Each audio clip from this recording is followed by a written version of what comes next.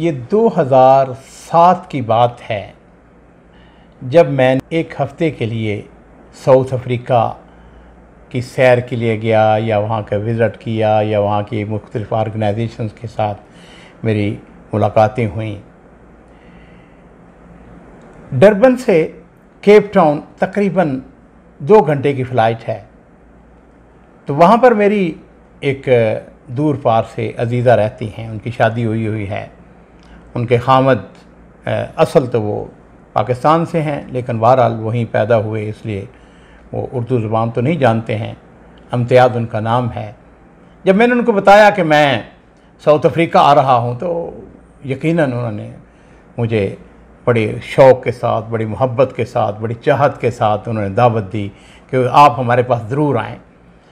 Cape Town में मेरे दिलचस्पी का एक सामान ये भी था कि मुझे ये बताया गया था कि ये जो जगह है केप टाउन, ये दुनिया का सबसे आखिरी हिस्सा है, यानी इसके बाद जुनूब की तरफ से दुनिया ख़त्म हो जाती है। तो केप टाउन आखिरी शहर है। तो बहरहाल मैं जुमे का दिन था, तो मैंने इम्तियाज़ को पहले से बता दिया था कि मैं जुमा ज़ाया नहीं करना चाहता। वैसे भी ये एक मेरा शौक़ भी था कि मैं वहाँ की मसाजिद, वहाँ की जो ऑर्गेनाइजेशंस हैं, वहाँ के माहौल को देखना चाहता था। तो जिस वक़्त मैं केप टाउन पे पहुँचा तो वो दोनों मियाँ बीवी मुझे वेलकम करने के लिए मौजूद थे। सीधे अपने घर लेके गए। बड़ा खूबसूरत उनका बंगला था। जुमे की नमाज वो मस्जिद, आज भी उसका नाम मुझे याद है, मस्जिद कुद्स उसका नाम था, बड़ी खूबसूरत। उन्होंने मराकश से कुछ मेमार बुलवाए थे और वहाँ पर उस मस्जिद को देखकर मराकश का मंज़र नज़र आता था। तो बड़ा ही खूबसूरत, वो तकरीबन 4 कनाल के करीब वो जगह होगी। जो ख़तीब थे वो यूरोप से को आए हुए साहब थे और उन्होंने इंग्लिश में बहुत ही खूबसूरत खुतबा मुसलमानों के अहवाल के हवाले से गुफ्तगू की। जुमे का सच्ची बात पूछते हैं, मज़ा आ गया।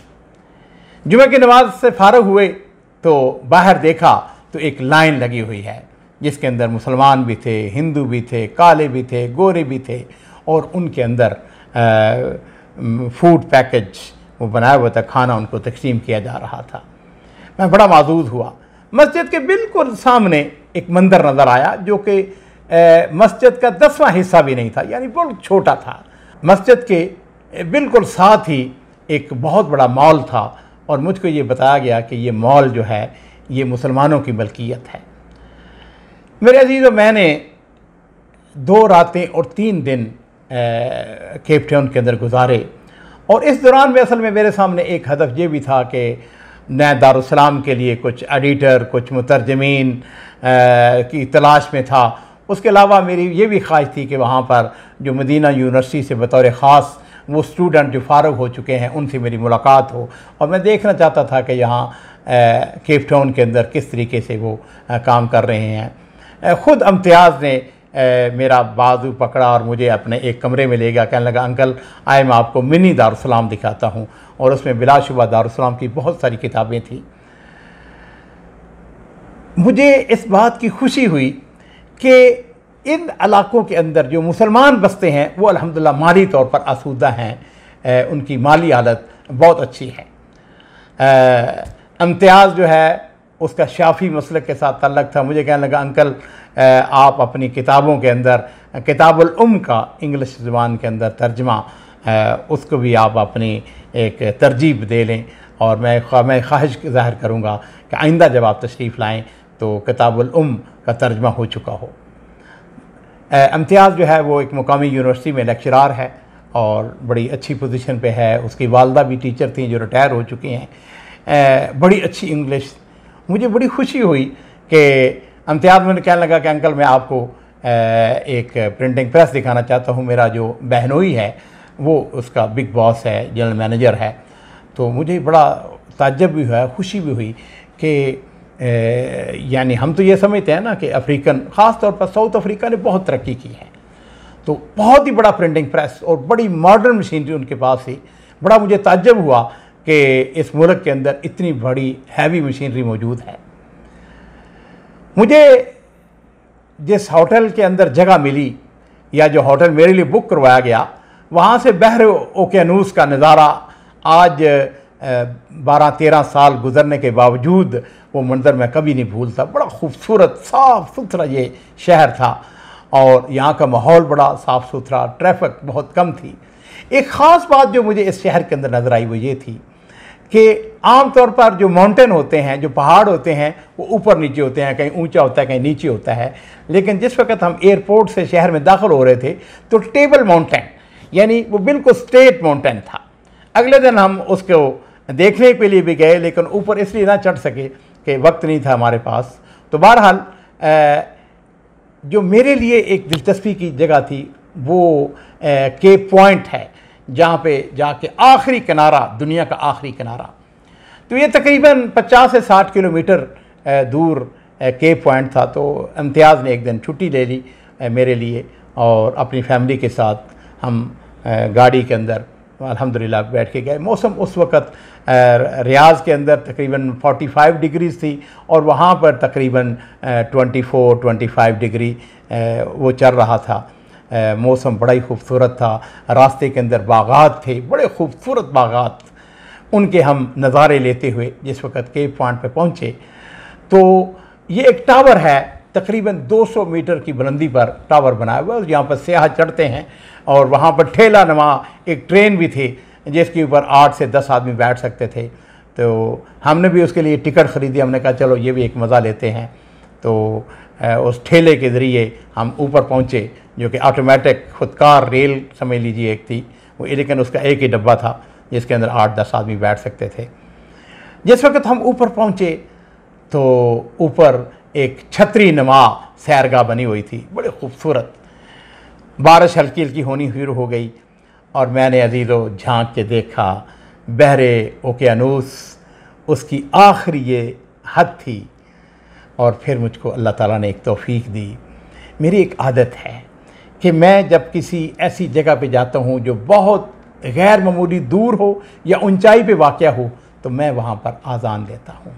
चुनाचे अल्लाह की तौफीक से मैंने इम्तियाज़ से पूछा, मैंने कहा कि किबला किस तरफ होगा, तो उसकी डायरेक्शन की रोशनी में मैंने अल्हम्दुलिल्लाह वहाँ पे बुलंद आवाज़ से आज़ान दी। लोग मुझको देख रहे थे लेकिन अल्हम्दुलिल्लाह किसी ने कुछ नहीं मुझे कहा। बड़ा मज़ा आया।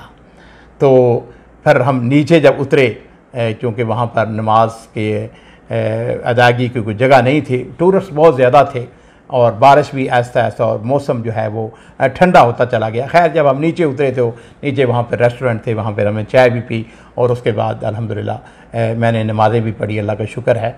मुझे ये बात बताते हुए कोई खुशी भी है कि आज तक अल्लाह का शुक्र है मैंने बेशुमार सफ़र किए हैं लेकिन कभी मैंने नमाज को ज़ाया नहीं किया। मेरी एक ख्वाहिश भी थी कि नेल्सन मंडेला जो कि वहाँ का बतले हुर्रियत, तो मुझे इम्तियाज़ ने बताया, कहने लगा अंकल उनका जज़ीरा बिल्कुल करीबी है तो हम जा सकते हैं वहाँ पर, लेकिन उसके लिए हमें शिप के ज़रिए जाना होगा। तो मैंने कहा चलो चलते हैं।